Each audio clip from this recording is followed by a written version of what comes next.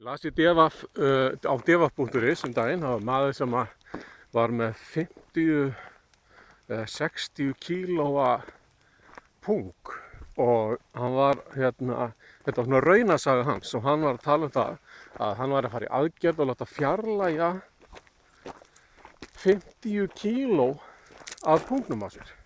Og það fyrsta sem hann ætlaði að gera eftir það var að sofa hjá konu sinni. Og ég fór að hugsa,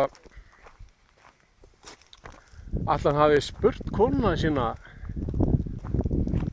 áður en hann fór í viðtalið hvort að henni væri sama að hann tala um þetta vegna þess að mín tilfinning á þess að ég hafi persónulega reynslu af því að þú ert búin að fylgja maka þínum í gegnum súrt og sætt í nokkur ár og hann er með 50 til 60 kílóa pung og þú þurft að vera með honum í aðgerðinni og þegar hann vaknar og eftir aðgerðina og jæja, búið að taka þér punginn og eitthvað svona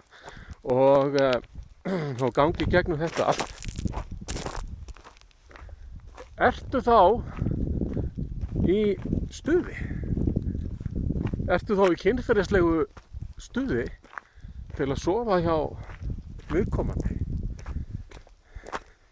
Ég hef á tilfinningunni að þessi kona þessa pungstóra manns væri til í að taka það bara rólega fyrstu árin, sjá hvernig þetta þróast og hvernig aðgerðin heppnast áður en þau fara út í svona rómantískar pælingar og hvað þá að vera að tala um þær í Devaf. Þetta bara í hug.